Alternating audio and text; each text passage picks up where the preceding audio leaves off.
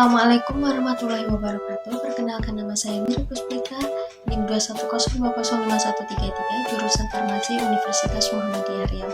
Di sini saya akan mempresentasikan materi metode ekstraksi bahan alam dengan bahan ekstrak. Definisi atau pengertian ekstraksi. Ekstraksi adalah proses pemisahan suatu zat atau beberapa dari suatu padatan atau cairan dengan bantuan pelarut. Pemisahan terjadi atas dasar kemampuan pelarutan yang berbeda dari komponen-komponen tersebut. Ekstraksi biasanya digunakan untuk memisahkan dua zat berdasarkan perbedaan kelarutan. Ekstraksi sediaan kering, kental, atau cair dibuat dengan menyaring simplisia nabati dan hewani menurut cara yang dikocok di luar pengaruh matahari yang langsung. Adapun tujuan ekstraksi yaitu yang pertama, senyawa kimia telah diketahui identitasnya untuk diekstraksi dari organisme. Lalu kedua, bahan diperiksa untuk menemukan kelompok senyawa kimia tertentu, misalnya alkaloid, flavonoid, atau saponin, meskipun struktur kimia sebetulnya dari senyawa ini bahkan keberadaannya belum diketahui. Lalu yang ketiga, organisme, tanaman atau hewani, digunakan dalam pengobatan tradisional. Yang keempat, yaitu sifat senyawa yang akan diisolasi belum ditentukan sebelumnya dengan cara apapun. Materi selanjutnya yaitu ekstraksi dengan pelarut cara dingin. Yang pertama ada maserasi. Maserasi merupakan proses pengekstrakan simplisia dengan menggunakan pelarut dengan beberapa kali pengocokan atau pengadukan pada suhu kamar. Metode maserasi digunakan untuk menyaring simplisia yang mengandung komponen kimia yang mudah larut dalam cairan penyaring, tidak mengandung benzoid, tiraks, dan lilin. Jadi prinsip maserasi yaitu cairan penyaring akan masuk ke dalam sel melewati dinding sel. Isi sel akan larut karena adanya perbedaan konsentrasi antara larutan di dalam sel dengan di luar sel. Larutan yang konsentrasinya tinggi akan terdesak keluar dan diganti oleh cairan penyaring dengan konsentrasi rendah, yaitu proses difusi. Peristiwa tersebut berulang sampai terjadi keseimbangan konsentrasi antara larutan di luar sel dan di dalam sel. Keuntungan metode maserasi, peralatannya yang sederhana. Lalu kerugian metode maserasi yaitu waktu yang diperlukan untuk mengekstraksi sampel cukup lama. Cairan penyaring yang digunakan lebih banyak, tidak dapat digunakan untuk bahan-bahan yang mempunyai tekstur keras seperti benzoin, tiraks, dan lilin.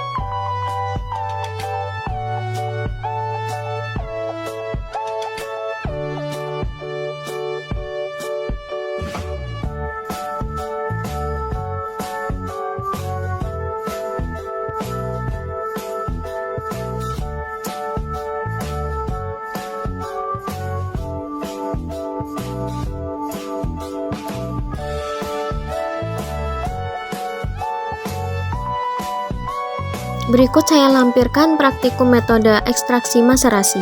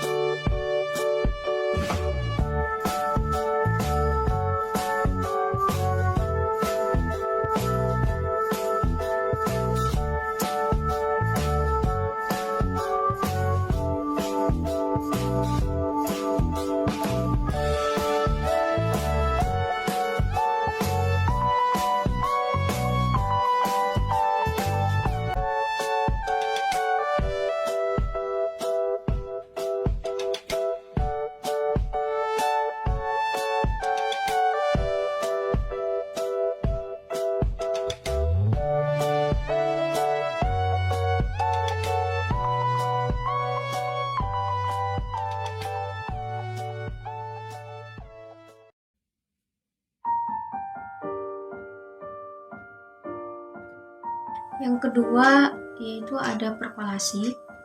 Pengertian perkolasi yaitu ekstraksi dengan pelarut yang selalu baru sampai sempurna. Exhaustive extraction umumnya dilakukan pada suhu kamar. Proses penyari simplicia dengan jalan melewatkan pelarut yang sesuai secara lambat pada simplicia dalam suatu perkolator. Tujuan perkolasi sendiri yaitu supaya zat berkhasiat tertarik seluruhnya dan biasanya dilakukan untuk zat berkhasiat yang tahan ataupun tidak tahan pemanasan. Prinsip perkolasi sendiri yaitu serbuk simplicia ditempatkan dalam suatu bejana silinder yang bagian bawahnya diberi sekat berpori. Cairan penyari dialirkan dari atas ke bawah melalui serbuk tersebut cairan. Lalu penyari akan melarutkan zat aktif sel-sel yang dilalui sampai mencapai keadaan jenuh. Proses perkolasi. Pengembangan bahan tahap maserasi antara tahap perkolasi sebenarnya, yaitu penetasan atau penampungan ekstrak. Keuntungan perkolasi, tidak terjadi kejenuhan. Pengaliran meningkatkan difusi dengan dialiri cairan penyari sehingga zat seperti terdorong untuk keluar dari sel. Kerugian perkolasi, yaitu cairan penyari lebih banyak resiko cemaran mikroba untuk menyari air karena dilakukan secara terbuka. Berikut praktikum metode ekstraksi perkolasi.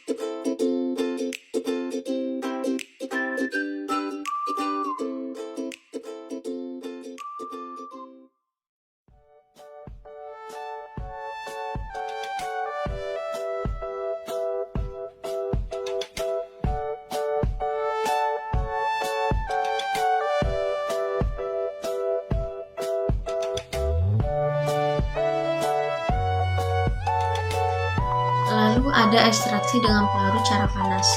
Yang pertama ada reflux, yaitu pengertian reflux, ekstraksi dengan pelarut pada temperatur titik didihnya selama waktu tertentu dan jumlah pelarut yang relatif konstan dengan adanya pendingin balik. Ekstraksi reflux digunakan untuk mengekstraksi bahan-bahan yang tahan terhadap pemanasan. Kerugian reflux yaitu butuh volume total pelarut yang besar. Yang kedua ada Sofflet. Pengertian Sofflet yaitu ekstraksi menggunakan pelarut yang selalu baru yang umumnya dilakukan dengan alat khusus sehingga terjadi ekstraksi kontinu dengan jumlah pelarut yang relatif konstan dengan adanya pendingin balik. Prinsip Sofflet sendiri yaitu ekstraksi menggunakan pelarut yang selalu baru sehingga terjadi ekstraksi kontinu dengan jumlah pelarut konstan dengan adanya pendingin balik. Adapun keuntungan Sofflet yaitu dapat digunakan untuk sampel dengan tekstur yang lunak dan tidak tahan terhadap pemanasan secara langsung. Digunakan pelarut yang lebih sedikit, pemanasannya dapat diatur. Lalu kerugian Sofflet sendiri yaitu karena pelarut diatur ulang, ekstrak yang terkumpul pada wadah di sebelah bawah terus-menerus dipanaskan sehingga dapat menyebabkan reaksi peruraian oleh panas. Lalu kemudian yang ketiga ada digesti. Pengertian digesti yaitu macerasi kinetik dengan mengadukkan kontinu pada temperatur yang lebih tinggi dari suhu kamar sehingga umumnya dilakukan pada suhu 40-50 derajat Celcius. Lalu kemudian keuntungan dari pemanasan digesti yaitu kekentalan pelarut berkurang sehingga dapat mengakibatkan berkurangnya lapisan batas. Daya melarutnya cairan penyari akan meningkat koefisien difusi berbanding lurus dengan suhu absolut dan berbanding terbalik dengan kekentalan. Lalu yang keempat ada infus dan detox. Pengertian infus, ekstraksi dengan pelarut air pada temperatur penangas air yaitu bejana infus tercelup dalam penangas air mendidih. Temperatur terukur 96-98 derajat Celcius selama waktu tertentu yaitu 15-20 menit. Detox, infus pada waktu yang lebih lama dan suhu lebih 30 derajat Celcius atau temperatur sampai titik didih air. Destilasi cara uap. Destilasi uap yaitu ekstraksi senyawa dengan kandungan yang mudah menguap, yaitu minyak atsiri, dari bahan segar atau sintesia. Dengan uap air berdasarkan peristiwa tekanan parsial digunakan pada campuran senyawa-senyawa yang memiliki titik didih mencapai 200 derajat Celcius atau dapat menguapkan senyawa-senyawa dengan suhu mendekati 100 derajat Celcius dalam tekanan atmosfer dengan menggunakan uap atau air mendidih. Destilasi uap adalah dapat mendestilasi campuran senyawa di bawah titik didih dari masing-masing senyawa campurannya. Cukup sekian presentasi dari saya, kurang dan lebihnya saya mohon maaf yang sebesar-besarnya. Semoga materi yang saya sampaikan bisa bermanfaat. Terima kasih. Wassalamualaikum warahmatullahi wabarakatuh.